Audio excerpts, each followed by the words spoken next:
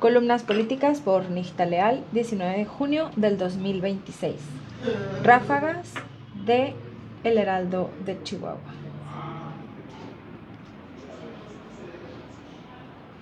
Columnas políticas por Nixta Leal, 19 de junio del 2026.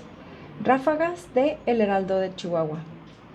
La gobernadora Maru Campos volvió a colocar la seguridad pública como uno de los ejes centrales de su administración al encabezar en Delicias la entrega de uniformes, patrullas, cuatrimotos para 13 municipios en el estado, con una inversión de 13 millones de pesos, más 350 policías municipales que favorecieron sus capacidades. El mensaje de la mandataria estatal fue contrastar su administración con los que denominó gobiernos de la muerte. Maru Campos defendió una visión humanista basada en brindar herramientas y condiciones dignas a los elementos de seguridad, una labor operativa con sentido y marcar distancia de lo que se hace y lo que se deja de hacer en la administración federal. Como parte de esta estrategia, iniciada desde el 2021, ya acumula más de 365 millones de pesos destinados al fortalecimiento policial de todos los municipios de Chihuahua. Después de la reunión con Gilberto Loya, los integrantes de la Canaco se fueron con buen sabor de boca. Terminaron la sesión donde varios consejeros se acercaron con el líder de los comerciantes, Alejandro Lazaroto, para pedir una segunda reunión con el titular para hablar abiertamente sobre política. Según trascendió, fue una solicitud realizada por distintos perfiles empresariales que ven en Loya un aspirante a gobernador que merece ser escuchado. Luego de que las dirigencias de Morena, Verde y PT dieron a conocer una convocatoria donde se establecen las reglas y el calendario para los registros, ahora la atención se centra en conocer quiénes darán el siguiente paso en esta contienda interna. La convocatoria fija diversos requisitos, entre ellos que los participantes deberán presentar licencia o renuncia a cualquier cargo público que desempeñen, además de acreditar una trayectoria política impersonal intachable y un criterio que inevitablemente estará sujeto al escrutinio público y político. Para el caso de la Defensoría Estatal, los registros van a ser el 23 de junio en la Ciudad de México. Hasta el momento solo dos aparecen de manera recurrente en las encuestas, Andrea Chávez y Cruz Pérez Cuellar, quienes desde hace meses han manifestado abiertamente su intención de participar en este proceso interno. Por su parte, el senador Juan Carlos Loera ha expresado su intención de competir, aunque hasta ayer no había solicitado separarse de su cargo.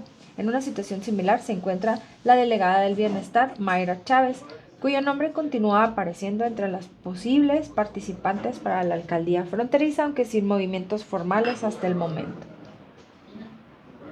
La tesorera municipal Amanda Córdoba de Chihuahua presumió las calificaciones crediticias de las finanzas por las calificadoras internacionales, estable a escala global, así que First Ratings, y su calificación HR con perspectiva estable. Las calificaciones significan finanzas sanas y la administración de Marco Bonilla es lo más importante.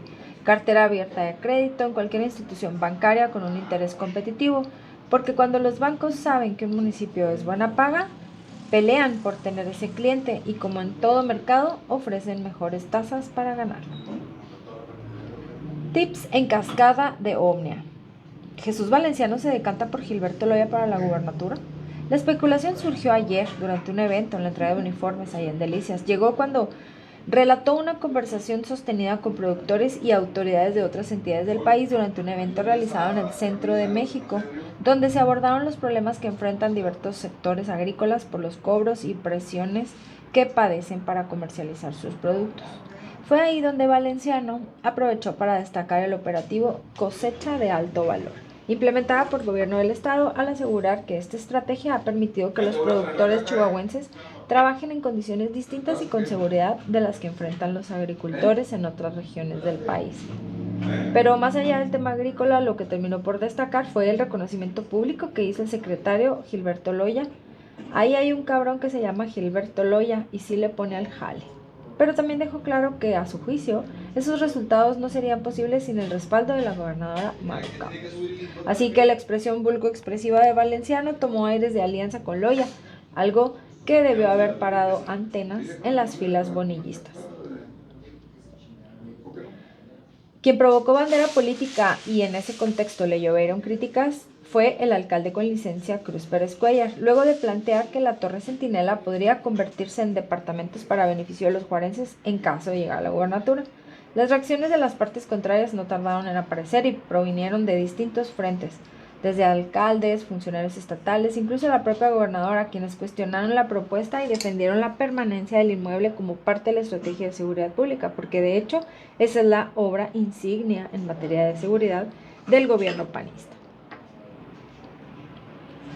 Con la sorpresa de que la diputada María Antonieta Pérez aparece en la lista de los votos a favor del refinanciamiento y la nueva deuda de 3,000 millones de pesos que se aprobaron el pasado 16 de diciembre. Así lo confirma el acta de esa sesión y el diario de los debates, en donde de manera clara se enlistan los nombres de los diputados que votaron a favor, incluyendo a la morenista María Antonieta Pérez. Rosana Díaz confirmó lo que ya se había dado a conocer a través de Tips en Cascada, que el dictamen general de este endeudamiento se votó en menos de 40 segundos, incluida su lectura, y que nadie dijo nada, no hubo tema en tribuna ni uso de la palabra. A lo mejor lo mismo va a pasar con la reforma electoral próxima a votarse. María Antonieta ha dicho que Rosana se debe ir de Morena por haberse ausentado por unos minutos de la sesión, que, por cierto, facilitó la aprobación de este endeudamiento. Pero ella, Pérez Reyes, aparecen como votante a favor. Por cierto, ya existe una denuncia en contra de María Antonieta Pérez ante los órganos del partido desde el 5 de marzo por haber aparecido como votante a favor del endeudamiento. Recuerdan que María Antonieta, antes de llegar a Morena, construyó su vida política dentro de Acción Nacional. Así que será importante saber si en Morena la van a expulsar o, como lo hicieron con Díaz, hay sospecha de moches. Soltó una voz guinda. Manque Granados, la única mujer entre los perfiles del PAN a la alcaldía de Chihuahua, mete el acelerador y asegura que se considera el mejor perfil. El PAN aplicó aplanadora en el inicio del trabajo de la reforma electoral, que serán las reglas para la elección del 27. Alfredo Chávez propuso aprobar en sentido el dictamen de la reforma a partir de las coincidencias de las fuerzas políticas, dejando aparte las diferencias. La queja de Morena fue desconocer el documento, borrador o como para otorgarle el voto en algún sentido. Lo que anunció Cuauhtémoc Estrada fue optar por la abstención en relación al sentido. Los demás integrantes aprobaron la propuesta de Alfredo de dictaminar en sentido positivo un solo dictamen de reforma electoral. De última hora se integró a los trabajos de reforma una propuesta a la Constitución en relación a la nulidad de la votación recibida en la casilla y en las elecciones cuando se acredite la comisión de actos de delincuencia o intervención criminal, cuando se acrediten y que influyan en los resultados electorales con impacto que vulnere la libertad, la equidad, la certeza y la autenticidad del sufragio. Indican que la nulidad de la elección procederá cuando exista prueba de que estos grupos o entes vinculados a ellos o a intereses extranjeros hayan intervenido de manera directa o indirecta en el proceso electoral y dicha conducta resulte grave o dolosa para el resultado de la elección. Tras la licencia de Pérez Cuellar, la presidencia municipal quedó en manos de Héctor Ortiz Orpinel. Y aunque el relevo estaba previsto, no tardarán en aparecer los cuestionamientos. Primero, porque desde el PAN, donde recordaron que Ortiz Orpinel es originario de Cuauhtémoc y pusieron en duda su conocimiento de la frontera. Por el contrario, que más ruido hizo no vino de la oposición. Fue el senador Juan Carlos Loera, publicó un mensaje que podría interpretarse como una crítica interna. Dice: para los juarenses formados a la izquierda de siempre, que luchamos contra muchas adversidades para que aquí en Juárez se fundara y ganara Morena, resulta irónico que el relevo, luego de la licencia, sigan personajes que se formaron en la derecha, por cierto, muy alejados de Juárez, administrando la ciudad. Luego de estos comentarios lanzados, el alcalde envió un mensaje al representante de la gobernadora que ya se quite los guantes porque de todos modos va a perder. Indicó que aunque lleva 6 años en la frontera, lleva trabajando a favor de la misma antes de que lo que asegura de conocerla. Además afirmó que él buscará mantener la coordinación con el Estado, mientras que para su compañero morenista todavía no emite comentario alguno. El regidor de Morena, Miguel Rix, dice que no son tiempos de destapes ni de colores adelantados para las candidaturas del 27 hasta que se definan los ajustes internos y sobre todo ver qué rumbo toma la coordinación estatal de Chihuahua.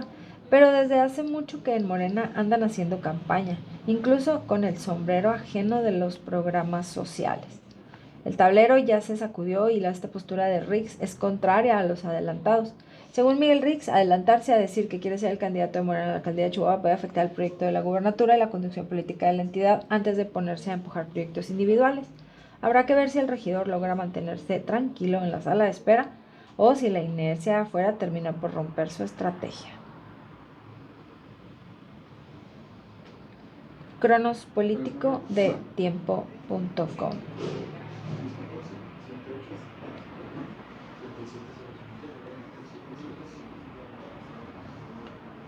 Cuenta regresiva para la reforma electoral. En la torre legislativa ya inició la cuenta regresiva para esta reforma. No se esperan cambios de fondo, saldrá lo que tienen que empatar con las últimas reformas constitucionales, como mochar el número de regidores, blindar el proceso para que los partidos no propongan candidatos que tengan vínculos con el crimen, etc. Y como la raza anda feliz por el fútbol, ayer era casi medianoche y la gente todavía festejaba en la glorieta de Pancho Villa, en Ciudad de México, en el Ángel de la Independencia, estuvo a reventar, y no se diga la Minerva en Guadalajara. Las comisiones legislativas han aprovechado para hacer acuerdos y están listos para sacar el golpe. Por lo pronto, nada de cosas raras como la equidad de género ni la segunda vuelta, menos eso de elegir regidores por voto directo o por territorio específico. Hoy en la tarde se hará la comisión permanente y se tiene programado citar a periodo extraordinario para la próxima semana, el lunes. Seguramente, además de la reforma electoral, vendrán otros dictámenes para aprovechar la vuelta. Eso sí, hasta que salga completo el dictamen de la reforma electoral se podrán conocer las letras chiquitas de lo que estas serán los cambios para las elecciones del año que entra, porque ya se sabe que en materia electoral el que pone la regla pone la trampa. El PAN anda con pincitas en eso de la galopada. Esta semana Morena soltó las convocatorias y por el lado blanquiazul no han dado señales de vida. Parece que se van a esperar para que pase el mundial o poco más, es decir, que hasta septiembre van a definir quiénes son los candidatos, aunque en Chihuahua la candidatura lleva la ventaja 5-1 para Marco Bonilla, que es el puntero en la contienda, salvo que pasará algo muy grave, pero tiene amarrado el boleto para el 27. Donde las cosas están más complicadas es en los aspirantes a la alcaldía. Aquí hay una pugna fuerte entre los grupos y los candidatos. Si no calman las aguas, van a terminar en una fuerte división interna del panismo, como lo que le falta a la raza es una dosis de calmantes y de ubicatext para que ya dejen las broncas y cada quien se ponga en el lugar y que le digan qué tiene que estar. El municipio de Chihuahua, encabezado por Bonilla, le pegó estas últimas semanas a un programa social que ha causado furor, el Mercadito. Es un programa operado por la Dirección de Economía con Pepe Jordán, que primero se puso de acuerdo con la Central de Abastos y luego le han entrado a estas empresas. En fin, esta semana estarán en las instalaciones del Tricentenario y ahí las familias pueden adquirir su paquete de alimentos desde 90 a 100 pesos, que incluye papa, tomate, naranja, pepino, aguacate, plátano, limón y chile. En el sector de educación básica, hoy se acaban las clases. Tan.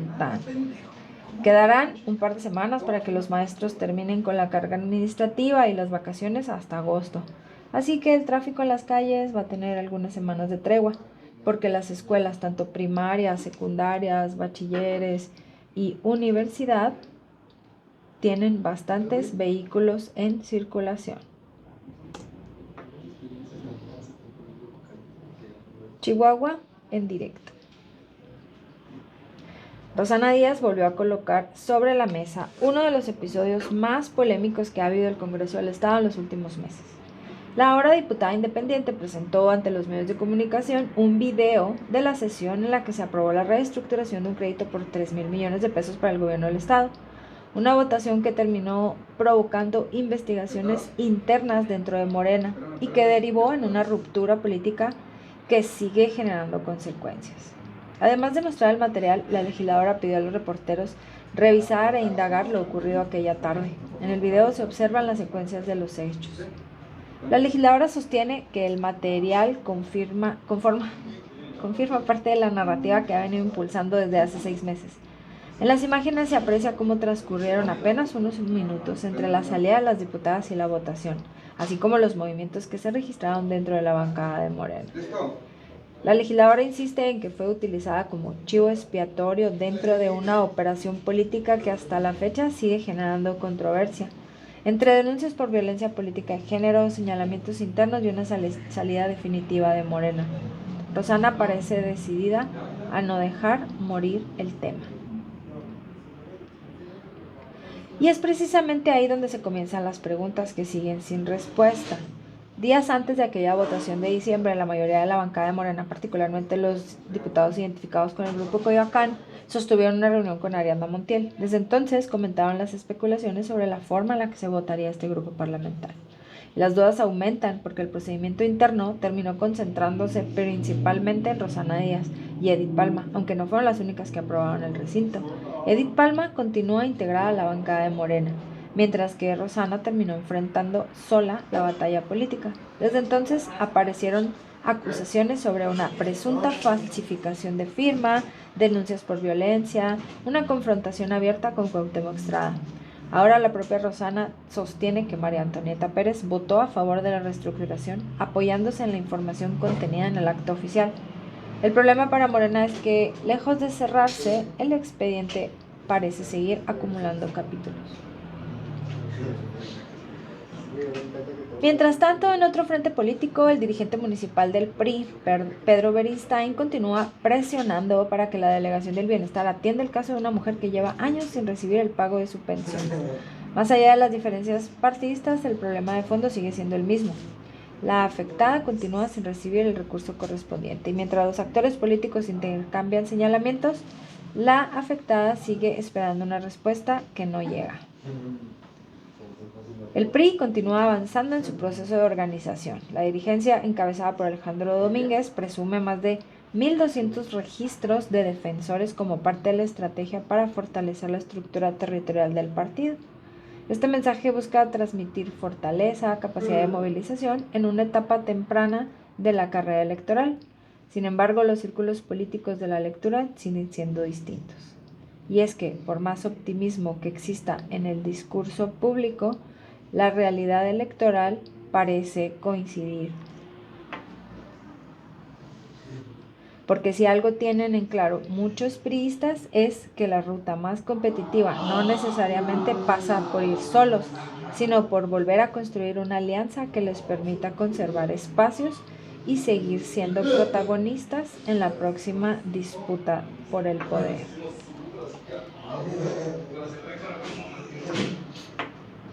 La jiribilla.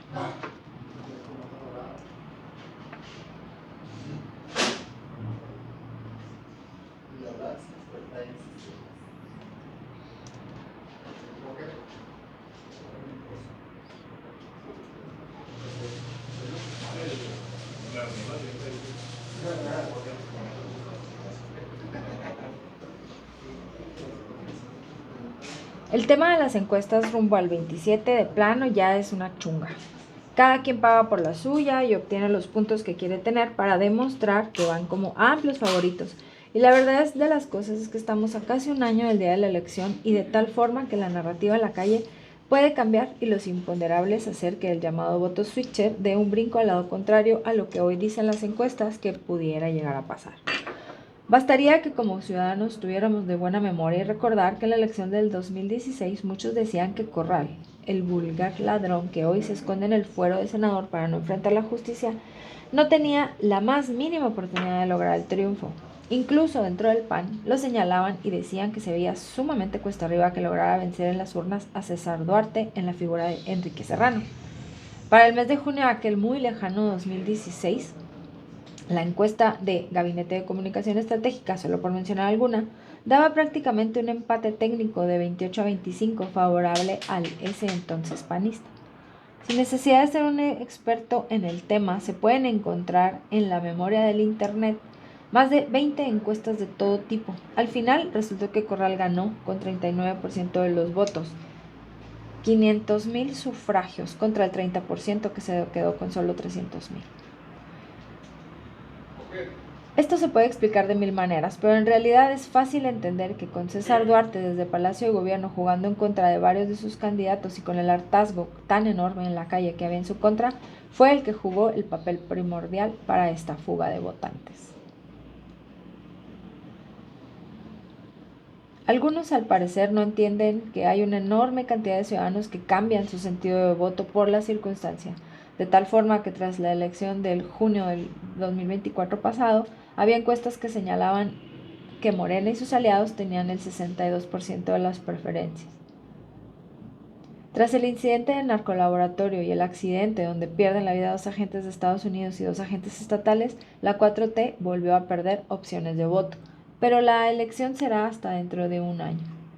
Así que, aunque ahora nos digan que el favorito en la encuesta es César Jáuregui a la alcaldía de Chihuahua, o que Santiago de Peña o que Manque Granados, no es más que propaganda para conseguir la candidatura.